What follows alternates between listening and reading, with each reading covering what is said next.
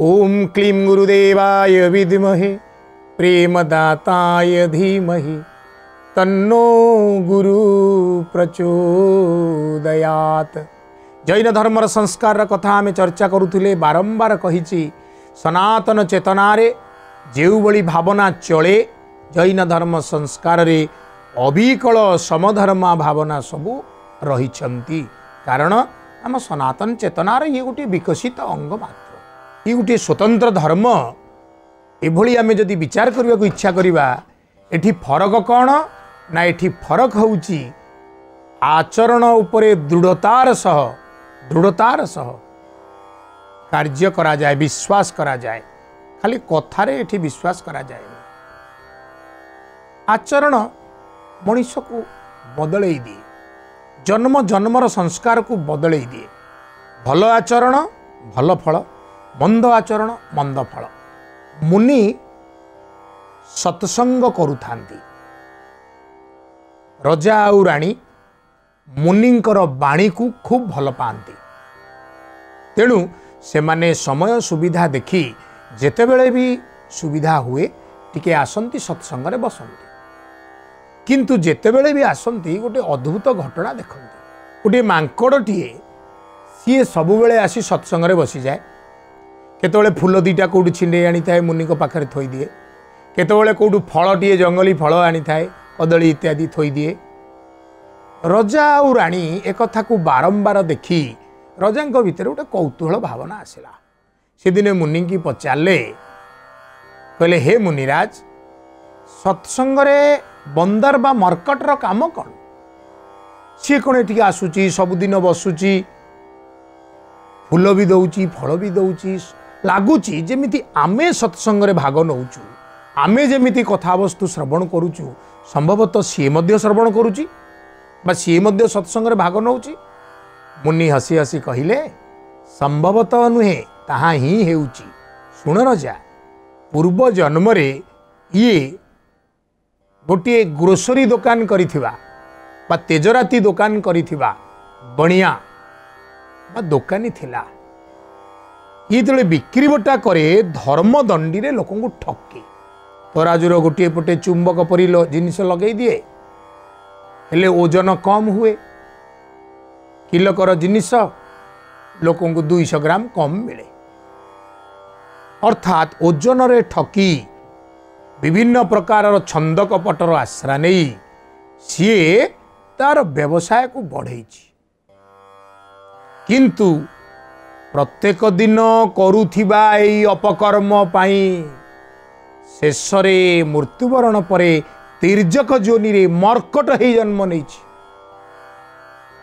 मनुष्य जन्म पाइथिला मानव जन्म अति सारे बाईधर एडे सुंदर सार मानव जन्म पाई मध्य ताकू उपकार लगेला नहीं कार्य लगेला नहीं बरं से प्रपंच सठता भांडामी ठकपणिया को जोड़िला तेणु परजन्म रे मर्कट हे जन्म से मर्कट यही जन्म रे निजर पूर्व जन्मर स्मरण रे भूल त्रुटि को सजाड़िया को चेष्टा करुची आउ सत्संग करुची जानिच रजा यही सत्संगर साधुसंगर फलर प्रभाव रे दिने से तुमर पुत्र होई जन्म नब रजा आश्चर्य होई मुनिराज को चाहिए मुनिराज कहले आश्चर्य हबार किसी कारण नहीं तुमे जैन संस्कार प्रथम तीर्थंकर रूप से प्रतिष्ठित हेब तुमे हेब रजा ऋषभदेव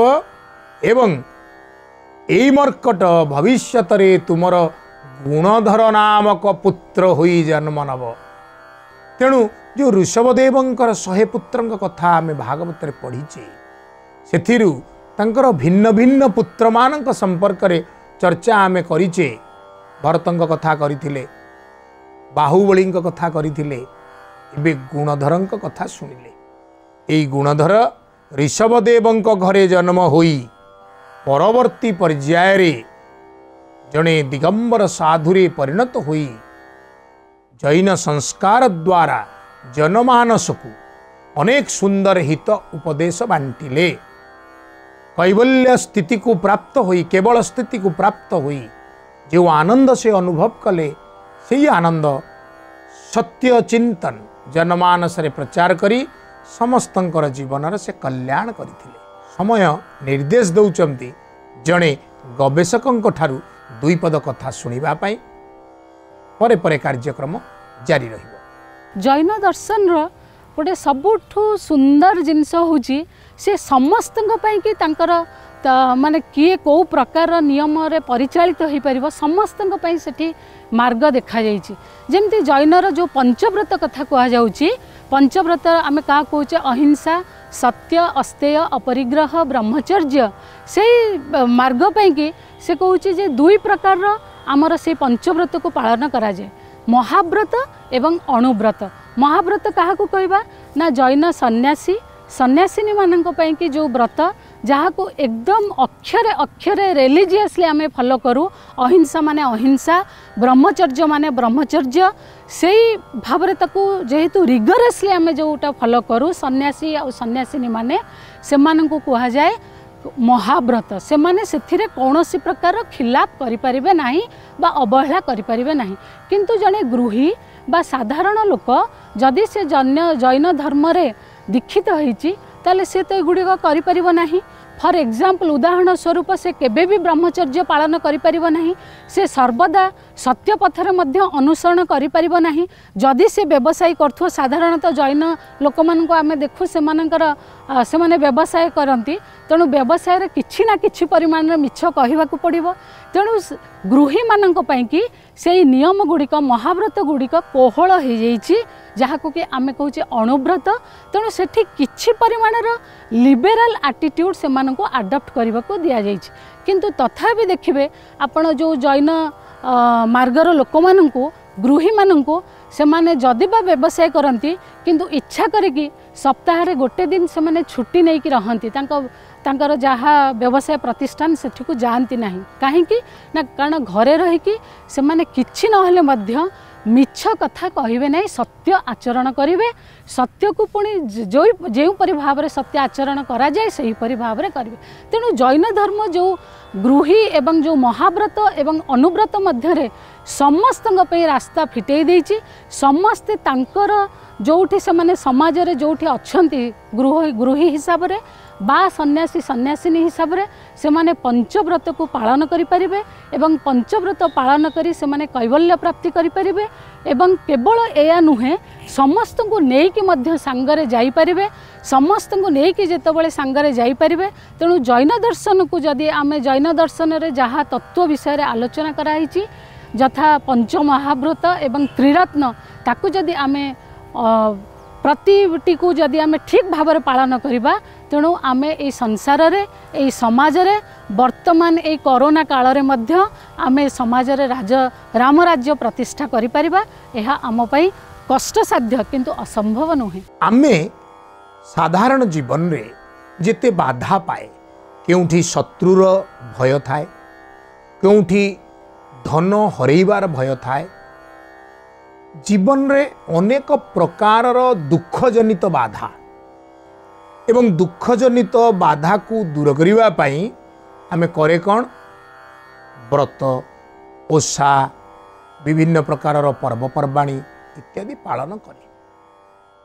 कोठी मंत्र जपिबा, कोठी पूजा अनुष्ठान करिबा इत्यादि कार्यक्रम द्वारा मध्य आमे प्रभावित होइचे होउथिबा मध्य अमुक ठाकुराणी कि अमुक ठाकुर यही भाव विधि यही दिन एमिति पूजा कले यही प्रकार विघ्न विनाश हम, यही प्रकार उपकार मिले।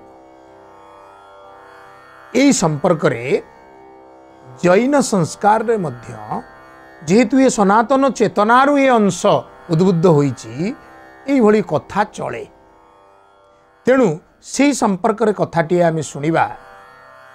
मुनिराज सत्संग रे आलोचना करुथांती। जड़े राजकुमारी थांती नयना देखा को खूब सुंदरी, पितृभक्त मातृभक्त। तांकर दैनंदिन जीवन रे से सबु बेले सरल शांत एवं शास्त्रीय आचरणशील। धीरे धीरे नैना सुंदरी बढ़ुचंती, तांको बयस बढ़ुची। नैना सुंदरींकर बयस जेतेबेले विवाह उपयोगी हैला तांको पिता अति आदर रे झील को डाकिले कहले झील तू मन लाखी बर चयन कर मु तते तांको सहित विवाह देबी। झील कहिला बापा प्रत्येक मनीष कर्मर आयत्त एई जन्म नुहे पूर्व जन्म रे मध्य आमे करिथिबा विभिन्न कर्म आम जीवन को प्रभावित करे। बापा मो भाग्य रे जेभली स्वामी रहिथिबे सेभली ही स्वामी मते मो कर्म अनुसार प्राप्त हेबे। तेणु आपण प्रयत्न करंतु निजस्व कौशल रे आपण मो पाई बरपात्र जोगाड़ करंतु आपण जहाकू ठीक करिवे मु ता सहित विवाह करिवे।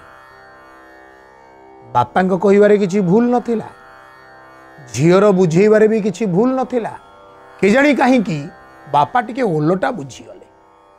बापा बुझिले झीटा मोर उशृंखल हो गलानी मु ताकू स्वेच्छारे बरचयन करिवार सुजोग देला बेले सी मते कर्म सिद्धांत अन्यान्य कथा बुझौची। ठीक अछि एमिति गोटे बर आपाई बाछी आनिबी ये जीवन रे ढेर दुख पाइबो आ बुझिबो बापा मो पई केड़े बड़ चिंता करथिले ये बापा को को अवस्था रे नहीं पकेला। एमती कथाटा रजा मन रे थाए। दिने रजा जंगल भितर दे जाउचंती देखिले प्राय 700-800 हेबो लोक जंगल भितर कुड़िया करी रहिचंती। रजा कहले माने जंगल रे काहे रहउचंती घोड़ारू ओल्हेले तांका कथा जानिबा पई चेष्टा कले। बुझिवारु जना पड़िला एमाने समस्ते कुष्ठ रोगाक्रांत शरीर सारा नाना प्रकार चर्म रोग होईची गलित कुष्ठ जोगु शरीर रे आबु फली जाईची हस्तपद गुड़िक संकुचित होई विभिन्न प्रकार घा घाउड़ हो जाइछंती एवं से माने ए कुड़िया भितरे बास करुचंती कारण समाज एमान को तेज्य कर देछि अलगा हेई आसी से माने एकाठी ए स्थान रे रहउचंती। रजांग मन को हठात गोटे कथा उठिला कहले यांकरी भितर गोटे युवक को बाछि नेबी आउ नैना सुंदरी की बाहा देबी सी बुझू जीवन में केते कष्ट केते जंत्रणा अछि बापार कथा न मानिले। एई मानक भितरु गोटे युवक को बाछि आनी रजा नैना सुंदरी सहित विवाह करेले। नैना सुंदर कौन सी प्रतिक्रिया नथे हसी हसी से कुष्ठ रोगी को निजर स्वामी रूप में वर्ण कले। मन भितर घृणा भाव नाही स्वामी प्रति आंतरिक भक्ति भाव रही। पिता को कहिले पिता दुख करिवार कारण नाही ये निर्धन हो पारंती रोगग्रस्त हो पारंती किंतु यही मोर कर्मर सिद्धांत मो कर्मर फल तांकु धरी उआस छाड़ी चलीगले। समयर आवश्यकतार आसंतु जड़े गवेषक को शुणा। आमर वैदिक धर्मर विचार अनुसार चारि जुगर विचार आम पाखे रही आम चारि जुगर धारणा आम पाखे रही। ये चारि जुग कौन चारि जुग हूँ गोटे चेतनार परिवर्तन अनुसार आम जुग को प्रवर्तन कर अर्थात प्रथम हूँ सत्य जुग तापर त्रेतया जुग द्वापर जुग कली जुग एवं ये जो चारि जुगरे मानवीय चेतनार परिवर्तन स्तर भिन्न भिन्न। सत्य जुगरे सत्य धर्म न्याय संपूर्ण रूपे समस्ते पालन करुवा भली गोटे समय तापरे सत्य धर्म न्याय नीति पालन करवा विचारधारा जो धीरे धीरे धीरे धीरे धीरे तार घटी विलय घटुची धीरे धीरे से तलू को आसूची निम्नगामी होउची सेतेबेले आसूची त्रेतया जुग त्रेतया जुग ठारू आउरी निम्न स्तर को मानविक मूल्यबोध जो आसूची सेतेबेले सी आसूची द्वापर जुग को द्वापर पर आसूची कली कली जुगरे समस्त मानवीय मूल्यबोध मानवीय चेतना सत्य धर्म न्याय पराहत ये गोटे धारणा दिखाई पुणी कली जुगर शेष में सब ध्वंस प्राप्त हो पुणी आम फेरी जाऊँ सत्य जुग ये धारणा आम हिंदू धर्म में रही। आज कार्यक्रम रे आमे सुंदर कथावस्तुटीए चर्चा करुथिले कर्मर सिद्धांत निजस्व आचरण जदि उत्तम हुए तेबे ईश्वरंक कृपा मिले। ओषा व्रत विभिन्न प्रकार विधि द्वारा पूजा इत्यादि मध्य जैन संस्कार रे चाले बा प्रचलित अच्छी यही कथा पाई आम ये कहानी शुणुले। नैना सुंदरी नामक राजकुमारी जी पितांक क्रोधर शिकार होई जड़े कुष्ठ रोगी को विवाह करिसेंती से किंतु ईश्वरंकर आराधना करिबारे केबे अवहेला करना। आम अनेक समय ईश्वर ऊपर दोष दे दू, भगवान या कले, भगवान ता कले, भगवान मते खाले पकईदेले।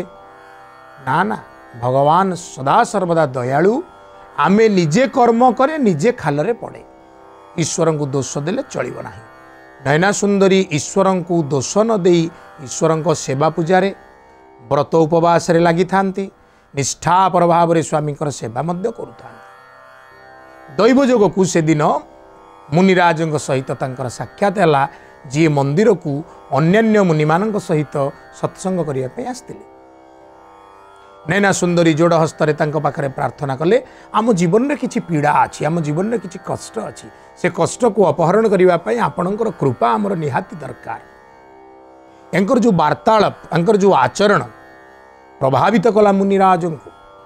मुनिराज कहले गोटे उपाय अच्छी, ता हेउची सिद्धचक्र विधान।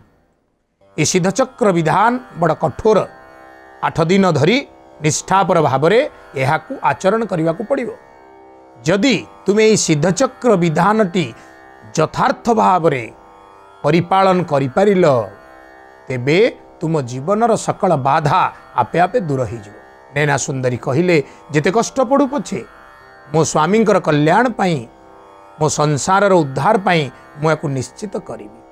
8 दिन धरी उपवास व्रत सह निष्ठापर भाव में ईश्वर आराधना करी सिद्धचक्र साधन बा पूजा आचरण कले नैना सुंदरी। देखागला दिन पर दिन, 8 दिन व्रत ना, दिन पर दिन व्रत आचरण सरू थाए, एणे तांको स्वामींकर अंगसौष्ठव परिवर्तन आसुथाए।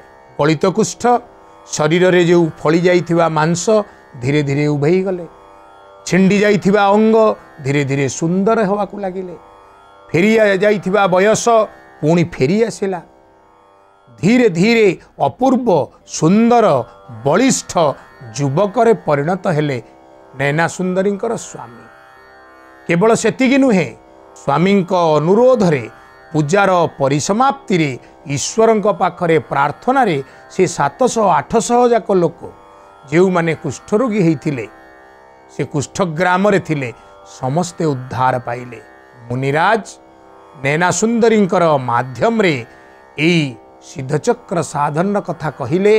बरस के 3 थर ये अनुष्ठान करा जाई थाए बोली जैन संस्कार रे कुहा जाइछि। जो माने यही धर्म रे, यही भाव रे, यही संस्कार रे विश्वास रखती, से माने यही साधना द्वारा निज जीवन रो सकल पीड़ा को दूर करती। सागर दत्त नामक गोटे चोर थाए, चोर दल रे से मिसी थाए। चोर माने थरे जंगल भितर दे जाउथिबा किछि सेठंकु बेपार सारिकिरी किछि धन सांगरे जाइथिबा सेठंकु लूट कले। एककालीन एते गुड़े धन देखी चोर मान भितर लोभ पशिला। चोर माने विचार कले जे एतक धन जदि आम एकुटिया पाई जाते केमती हंता। तेणु हाथाहाथी लड़ा लड़ी कथा कटाकटी जाए भी गला।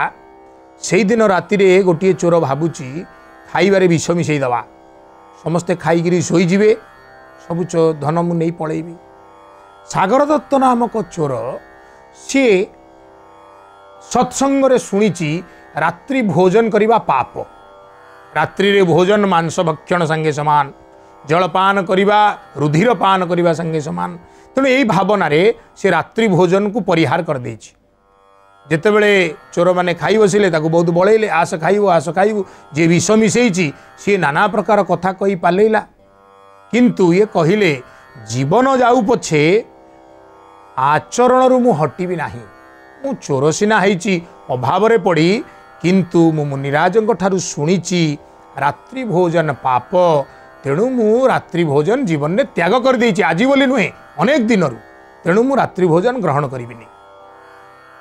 एमती हैला ता भितरे जचा जची हे खाऊ खाऊ ये चोर को मध्य बड़ई बड़ई दीटा के खुआई देछि।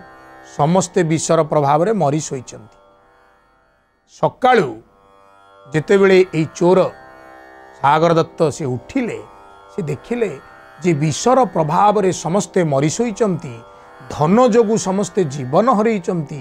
ଧନ ଜୀବନ ପାଇଁ ଏତେ ତୁଚ୍ଛ, କିନ୍ତୁ ଜୀବନ ପରି ମହାମୂଲ୍ୟବାନ ଧନକୁ ରକ୍ଷା କରାଯାଇପାରିଲା ନାହିଁ। ଏହା ତାଙ୍କ ଭିତରେ ବୈରାଗ୍ୟ ଭାବ ଆଣିଲା ଏବଂ ସେ ପରବର୍ତ୍ତୀ ପର୍ଯ୍ୟାୟରେ ଜୈନ ସଂସ୍କାରକୁ ଆପଣେଇ ନେଇ ଦିଗମ୍ବର ମୁନିରାଜରେ ପରିଣତ ହୋଇ ଗାଁ ଗାଁ ବୁଲି ବୁଲି ତାଙ୍କର ଏହି ଉପଲବ୍ଧିକୁ ବାଣ୍ଟିଲେ। ଲୋକରେ ଲୋକରେ କହିଲେ, ଧନ ନୁହେଁ ଜୀବନକୁ ସୁନ୍ଦର କର। ଜୀବନକୁ ସୁନ୍ଦର କଲେ ମନୁଷ୍ୟ ଜନ୍ମର ଉତ୍ଥାନ ହୋଇପାରିବ, କୈବଲ୍ୟ ପ୍ରାପ୍ତ ହୋଇପାରିବ। ସମୟ ଜଣେ ଗବେଷକଙ୍କ ଠାରୁ ଦୁଇ ପଦ କଥା ଶୁଣିବା ପାଇଁ। आमर ज्ञान 24 जन तीर्थंकर मध्य सीमित। प्रथमरु महावीर जैन पर्यंत 24 जन तीर्थंकर जाइछन। तीर्थंकर कहले आमे बुझू जे सर्वज्ञानी, जे सबू त्याग करिकी एभली एक स्तर रे पहुँची, जोठी निर्वाण अच्छी, जोठी मोक्ष अच्छी, जोठी परमात्मा सहित मिलन अच्छी एवं जोठी गोटे एभली स्तर अच्छी जोठी समस्त को गोटे दृष्टि रे समान भाव में देखा जाई पारिबो।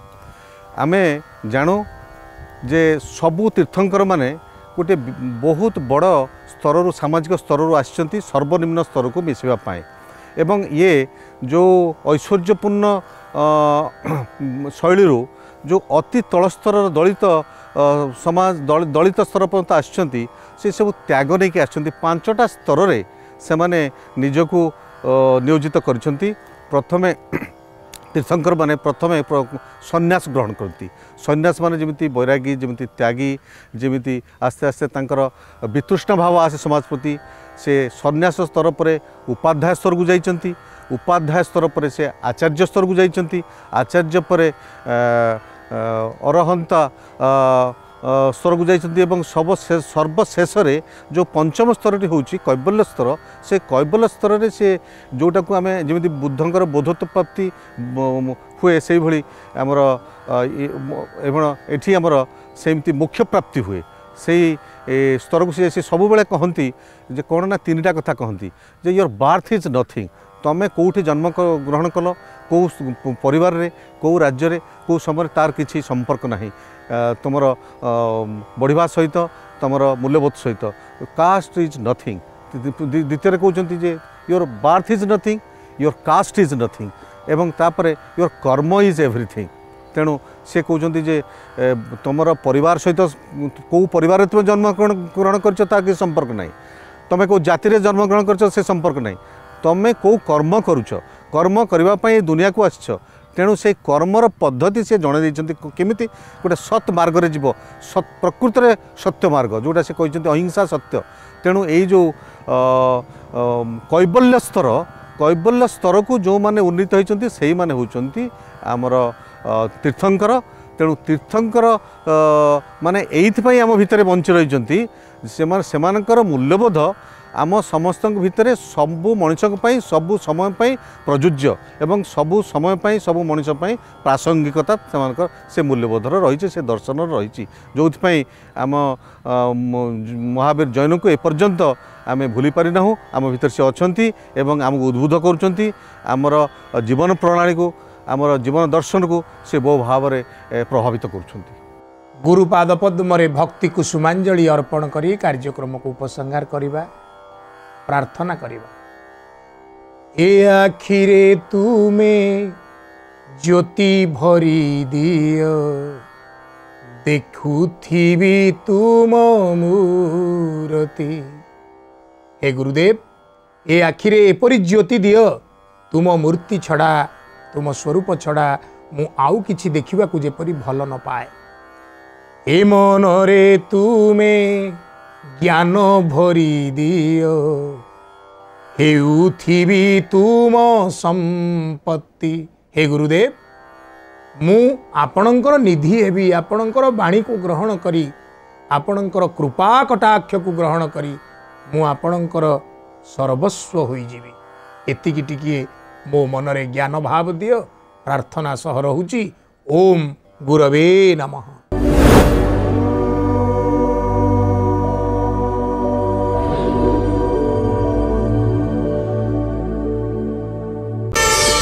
प्रार्थना आम आनंदर उत्स।